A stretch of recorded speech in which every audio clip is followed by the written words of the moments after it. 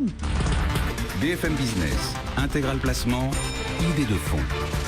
Avec Valerio Baselli depuis Morningstar. Valerio, on entend beaucoup de parler d'investissement socialement responsable et en particulier de ce qu'on appelle les green bonds. De quoi s'agit-il exactement ? Oui, l'intérêt vers les investissements ESG, c'est-à-dire ceux qui suivent des critères environnementaux, sociaux et de gouvernance, continue en effet de croître. Au sein de cet univers, les green bonds, c'est-à-dire les obligations vertes, connaissent la même dynamique. Ces emprunts servent à financer des projets dans le domaine des énergies renouvelables, de l'efficacité énergétique ou la construction de bâtiments impact environnemental. Toutes ces initiatives ont des effets positifs en termes climatiques. Avec les obligations vertes, les investisseurs peuvent également quantifier l'impact réel des investissements réalisés en utilisant des paramètres accessibles, comme par exemple la réduction des émissions de CO2 ou la production d'énergie propre. Voilà donc pour le cadre. Est-ce que vous avez constaté, vous, un intérêt particulier pour ce marché ?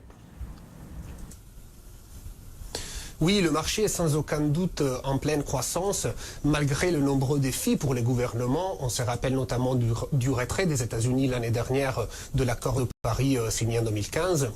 Les investisseurs sont passés à la vitesse supérieure. Les émissions d'obligations vertes ont atteint 155 milliards de dollars l'année passée, contre 82 milliards en 2016. La valeur totale des obligations vertes en circulation s'élève à fin 2017 à presque 300 milliards de dollars. La demande européenne est particulièrement dynamique, mettant sans doute en évidence le fait que l'euro est la première monnaie d'émission. À souligner enfin que la France est le premier émetteur au monde d'obligations vertes, suivi par la Chine. Et quels sont les risques pour ceux qui choisissent d'investir dans ce secteur ? Écoutez, les investisseurs doivent être soucieux de la qualité des émissions et ne pas faire un investissement sur la base de raisons purement marketing. La sélectivité et une plus grande transparence contribuent effectivement à assurer que les projets verts les plus pertinents reçoivent les financements nécessaires.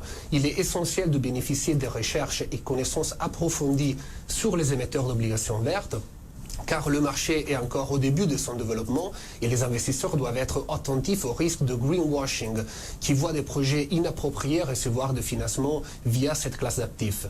Pour que ce marché maintienne sa croissance, les acteurs devront donc veiller à ce que les impacts associés soient bien définis, mesurés et transparents. Vous avez quelques idées à nous proposer dans ce monde ?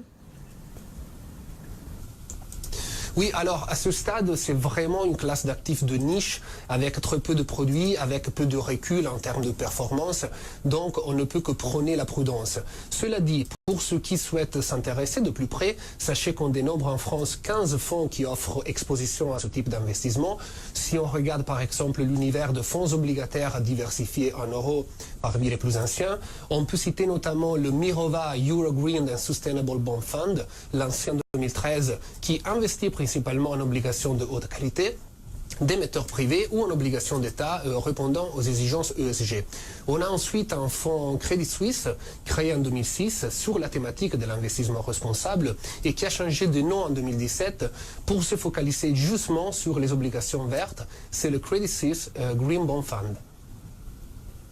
Merci beaucoup Valerio Baselli, donc depuis Morningstar ce matin sur ces obligations vertes. Le marché